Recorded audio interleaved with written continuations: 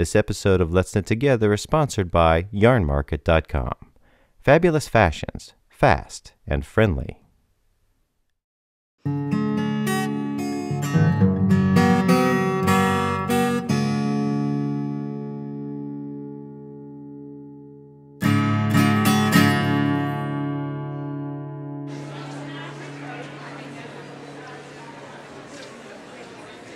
So tell us a little about how you got started in designing, and you just came out with the latest book. Tell us a little bit about that too.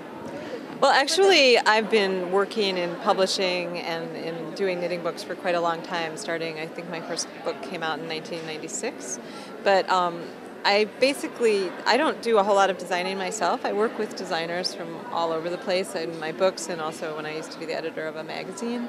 And the most recent book that came out is actually Weekend Knitting, which is a paperback version of a book that came out earlier in hardcover. And it's basically a book of projects that either you can finish in a weekend or that kind of capture the kind of idyllic idea that knitters have about what a weekend would be if you could just spend your time surrounded by yarn and knitting and good friends and good food and beautiful environments. How do you choose the designers and the types of projects? When you have a theme or something like that, when you started the idea for the book? Usually, depending on the books that I've done, it changes. For example, for Weekend Knitting, I wanted all the projects to feel to have like a cool moment in it. I wanted it to be satisfying in that way, where the project wasn't necessarily very challenging throughout, where it would require a huge amount of attention, but that there would be something in it that you think, oh my gosh, that's so cool, I can't believe I did that, or oh, that was so quick, or oh, I didn't realize if you did that kind of crafty little maneuver that you would get this exciting result. Those aha moments, ooh, I did it. Yeah, exactly. So for that book, it was like that.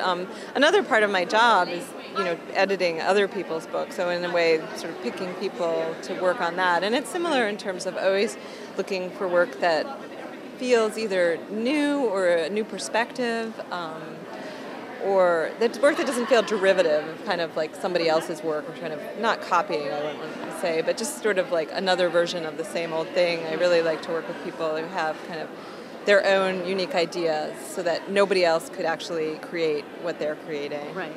So not necessarily trendy, but more inspirational? Yeah, I mean, for books, it doesn't really make sense for us to do trendy.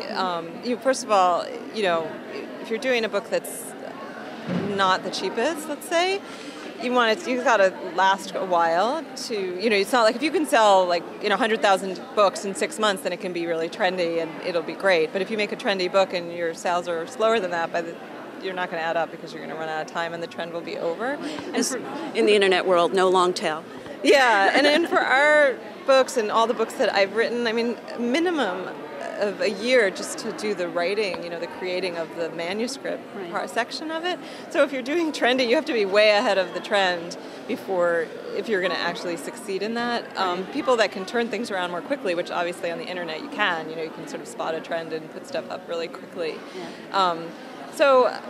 I looked more toward things that really strike the heart of a knitter. I think there are washcloth patterns out there that people can get so excited about, whether you're kind of a young, hip kind of knitter, or if you're sort of an older, more established traditional knitter, or anything in between. There are certain projects that just capture your imagination, and I'm more interested in that kind of work. So what kind of things are you knitting right now? I knit really, really simple things. I just knitted a hat for my dad out of baby alpaca, and I had some extra yarn, so I was casting on for another one. But I'm so inspired by all the work that's around me, but like everybody else, I'm really busy. And so I just like to have simple projects that I can pick up and just be really calm about. I'm sort of just being a working mom and everything, pulled in a lot of directions, so I don't want to be kind of intimidated by my knitting, or I don't want to feel badly about my knitting.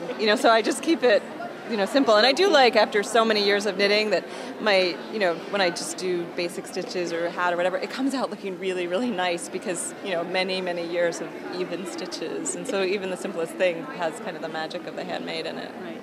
So how did you actually get started in publishing in the first place?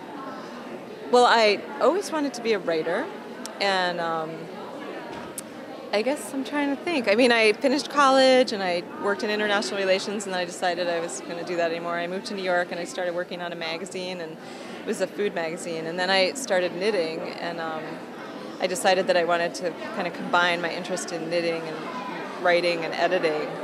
So I was working as a freelancer and began to kind of get involved in a lot of different projects. And then I had the good fortune of being encouraged by an idea I had about writing about knitters across the United States. And, you know, this was quite a while ago when knitting was not as popular as it is today, and it still kind of suffered from some stereotypical ideas. Right. And so I traveled around the entire country interviewing people and talking to them about the passion that they brought to their knitting and raising animals for fiber, and ended up doing a book called Knitting in America, which really put me on the map because I had a really great publisher, and they sent me on a great book tour. And because it wasn't like today when there are just, you know, hundreds of knitting books published every year, it was really a moment because it was like this big, beautiful book that celebrated a world that was not well known within like the general public. Within, of course, you know, I felt like we were all part of like this amazing one underground of creative people, but it was, you know, it really brought it out into the open, and that became kind of a calling card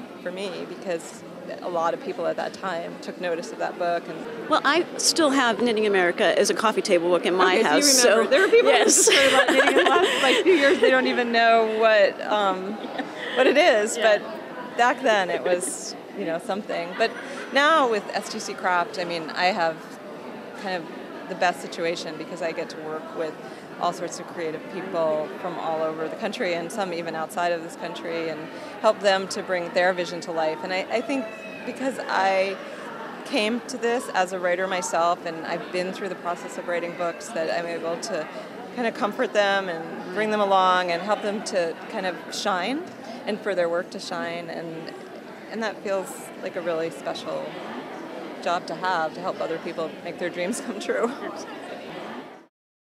Our next live show is scheduled for March 27th at 6 p.m. Eastern.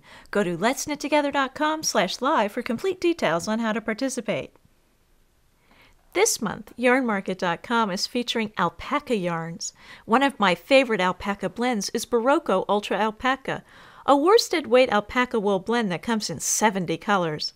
I just love knitting with this yarn because it's a nice lightweight worsted that is perfect for sweaters, hats, and scarves.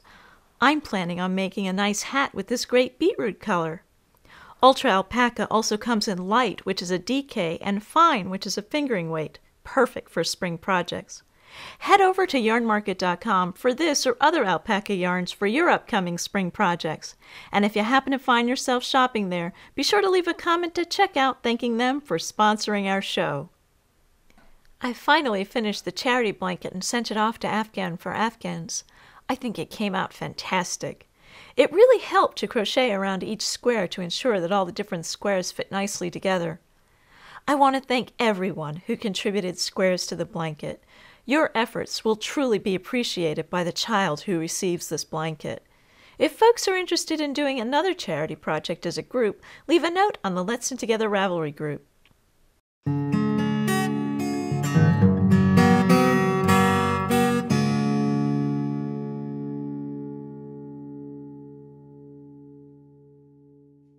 That was perfect, except for one little boop. Let's do one more time.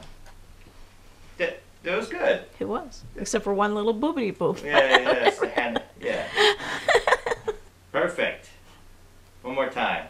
Oh.